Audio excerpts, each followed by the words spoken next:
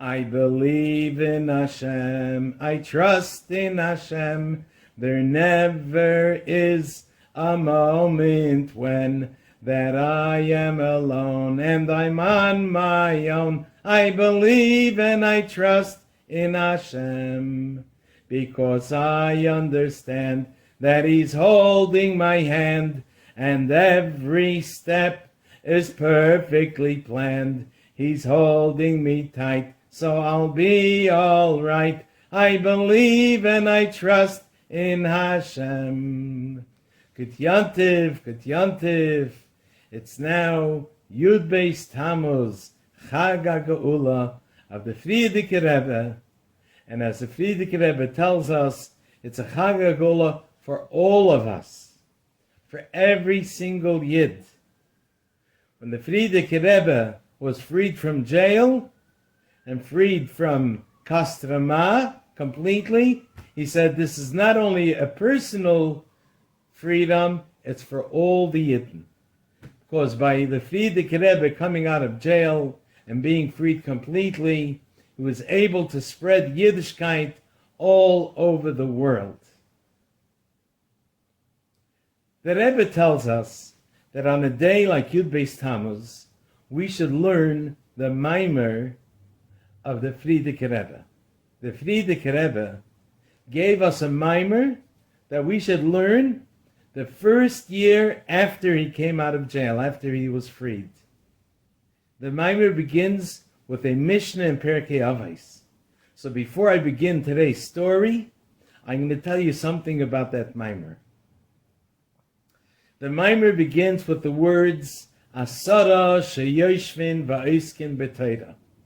That when 10 Yidden sit together and learn Torah, Shechina shruya b'neihem. The Shechina comes down. It brings a great kedusha from Hashem to the world. And the Pirkei Avos continues, even if it's not 10, if it's only 5, even if it's only 3, even if it's only one person sitting and learning, the Shechina comes to the world. It brings a lot of kedusha. Just like when you daven, when any Yid davens, he's doing a mitzvah of talking to Hashem and asking Hashem for all of your needs. Yes, that is a mitzvah. But if you have more people davening, you have 10 people davening, then we accomplish even more. So I have a story for you about the Frierdiker Rebbe, the way he was one and only person. He was a young boy, 11 years old, and he learned all alone, and he davened all alone. You know why? He couldn't be with everyone. He was locked up in a jail room. Yep. This is the story I'm going to tell you, how the young Frierdiker Rebbe at 11 years old did something very special to stand up for a Yid and to help a Yid. And for that, he ended up in jail. And over there, as one person, all alone, he learned Torah and he davened. Let's hear the story. The story is about the Mesiras Nefesh of the Frierdiker Rebbe. What does Mesiras Nefesh mean? Mesiras Nefesh usually means that a person is ready to do everything for Hashem, even to give up his life. But the Rebbe tells us that Mesiras Nefesh could also be something easier than that. What is it? Mesiras means giving over. Nefesh means your nefesh, yourself. But nefesh has also another taich. It means your will, your ratzain. There is a pasuk that says, Ein nafshi el ha'am hazeh. My nefesh, my ratzain, is not to this people. So that means nefesh could also mean ratzain. So then what does Mesiras Nefesh mean giving over my ruts and my will, giving my will away to Hashem. Like it says in Pirkei Avos, Batel Ritzoncha Mipnei Ritzonai. We put aside our will for the will of Hashem. And that's what the Frierdiker Rebbe did. He did it both ways. He was ready to give up his life for Hashem, to spread Torah, to do mitzvahs, and to teach as many Yidden as possible about Hashem. The following is the story that the Frierdiker Rebbe told about himself. This is how he began. When I was 11 years old, I already had like 30 rubles that I saved up. I got it for learning Mishnayos by heart. By then I already knew Seder Zra'im and Moyed. Those are the first 2 parts of the 6 parts of the Mishnayos. I already knew 2 of them. Zra'im are all about planting, things that farmers have to know, about Truma, Meiser, and so on and so forth. Moyed is all about the Yomim Tovim, beginning with Shabbos, and then Pesach, Shavuos, all of the Yomim Tovim. And I knew both of these Chalakim, these Siddharim, by heart. So I collected 30 rubles. What did I do with the money? I used it for a mitzvah. According to the chinuch, the education and instructions from my father, I made from the money a Gemilas Chesed fund. Anybody who needed money, who needed to borrow money, would come to me, and I was able to give them either 3 rubles or 5 rubles, and they used to use it. You know for what? For the market day. In Lubavitch, there was one part which was called the market. That's the shuk, the marketplace. And people used to come once in a while, and everyone would bring their stuff to either sell, to buy. You know what kind of stuff? There was bundles of flax, that's like cotton, or leather, or skins from animals, or chickens, or eggs, or onions, or other things that people used to deal with at the marketplace. My Rebbe, my teacher Reb Nissen, advised me that I should do bookkeeping. That means I should write down exactly who took money, how much he took, and who returned the money. I should write all the details down. So the day before the market day and the day after the market day, I was busy doing bookkeeping work, filling in who took money and who returned it. Now, one of the Yidden who would borrow the money from me and later return it was Reb David. He was a butcher. They used to call him the Teeth Man. Why the Teeth Man? Because his face was like a dark color, and his white teeth would stand out. You were able to see his beautiful white teeth. So they called him the Teeth Man. He was about 50 years old and had a family of 8 people, Baruch Hashem. He was very, very poor. And the way he got money for his family was from the work of his hands. No job was too hard for him. Whether it was the middle of the summer days when the hot blazing sun was shining at him, or it was in the winter freezing days during a big snowstorm, or during the rainy days. He did it in order to just make a few cents so he has money to take care of his family. And he never, ever complained that he's poor. He was always happy and thankful to Hashem. Now, Reb David was what they call a ish pashut, a simple yid. If he learned anything as a child in Cheder, by now he already forgot. And all he knew was, he knew how to daven, also Shabbos, Yom Tov, Rosh Hashanah, Yom Kippur. He also knew Mizmarim of Tehillim, Kapitlach of Tehillim. He also knew Haggadah. And one more thing, he knew Mishnayos of Pirkei Avos. But more than that, he did not know.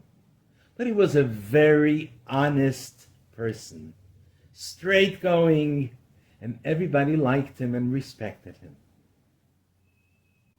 Now, every single day, he made sure to be in shul with the earliest minyan. Not only that, before the minyan began davening, he would say Tehillim with the Yidden there, even before sunrise. And then there was the Vasikan minyan. That's the sunrise minyan. They davened so early, like when the sun is rising. And he was always there to be one of the 10. Except for the days when he couldn't be there because he was traveling in one of the towns or cities. The Frierdiker Rebbe now continues the story. I used to try to figure out the times when Reb David on Erev Shabbos or Erev Yom Tov would return from the mikveh with 4 of his sons, and you saw his face look red. His beautiful white shirt was flapping on the bottom. And then about an hour later, you would see him with his kids going to the big Beis Medrash to daven. Now my parents, that's the Rebbe Rashab and Rebbe Zinstein Sarah, went out of town on a trip. And I stayed over by my bubby, Rebbetzin Rivka. And for going to Cheder, I went to the house of Rabbi Shaya Kamtir, who lived on Shilva Street. Yes, in Lubavitch there's a street called Shilva Street. Now I want to tell you a little bit about the police department. In Lubavitch, too, there was a police department. But you know how many people were in the whole police department? 5 people. There was one Pristov, the chief of police. Then there was the policeman. He was called the Uradnik. And then there were the Asatnikas. Those are assistants. 3 assistants, helpers. They used to help the police. If it was a market day, then they would call another 5 the Asatnikas, helpers, to help out in the order that everything should go okay in the marketplace. You'll soon see further in the story why I'm telling you about the police department. The Frierdiker Rebbe now continues. Here is a story that happened with me in the year Tafresh Nun Aleph. That is 1891. And this was while my parents were away on a trip. It was during the summer, in the month of Av. I was walking home from Cheder around 2 o'clock in the afternoon, together with my friend Shimon, the son of Reb Shmuel, the writer. Now the marketplace was filled, packed with people, with farmers, with horses, wagons.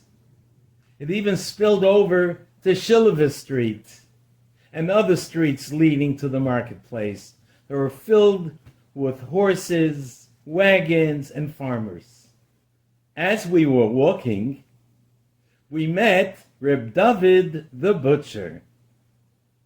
He was carrying on his shoulder a calf, a young cow. Under his arm, he was carrying a shepsela, a lamb. And in front of him, he was carrying a basket that was hanging from him, and in the basket were little chickies, little chicks. When he saw us, his dark-looking face lit up, and his beautiful white teeth were shining. And he says to us, I hope to Hashem that I'll make a good profit. Now, as I told you before, there were police watching on the order that everything is okay. And there was a uradnik, one of the policemen, standing nearby. Before Reb David finished saying what he said to us, this uradnik policeman ran over, jumped to Reb David, and gave him a whack across his face that his nose began to bleed. When I saw this, I screamed at the policeman, at the uradnik, and I gave him a push with all my might. The policeman, the uradnik, got very upset with me, and he started to complain that I ripped off his badge. Yes, he had a copper badge that says what kind of policeman he is. He says, I ripped it off, and I'm disturbing him from carrying out his job. So he called over one of the satnikis, those are one of the assistants, and told him, take this boy straight to the police station. Before I had a chance to say anything, this guy who was like half drunk, a peasant, grabbed me with his big hands and started to pull me by force. And he grabbed me by my neck. The commotion in the marketplace was so loud that we barely were able to push ourselves through to get to the other side. And the noise was so big that no one even paid attention to what's happening to me and the one who's schlepping me. After we passed through the shuk, the marketplace, we passed through Chachluka Street. That's another name of a street in Lubavitch, Chachluka. We came to the front yard of the police station. The guard at the door opened up the door, and the officer who pulled me to the police station gave me over to the hands of the officer in charge of the jail rooms. And he told him, you know what this kid did? And he told him everything that he said that I did, which I mentioned before.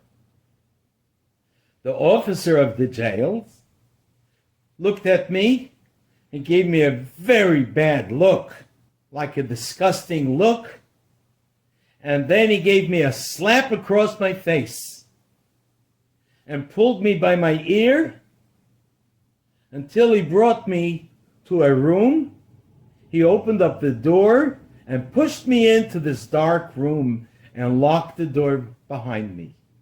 At first, I got very scared. Also, I was very hungry. But then an idea came into my mind. I'm sitting in jail, just like my Zaydis, the Rabbeim from the previous generations did. So what am I supposed to do here? Learn Torah. And since I already knew 2 Sedarim of Mishnayos, I knew Zraim and Moyed, I decided to start reviewing them, saying them over. But suddenly I got frightened, because I suddenly heard some noises. My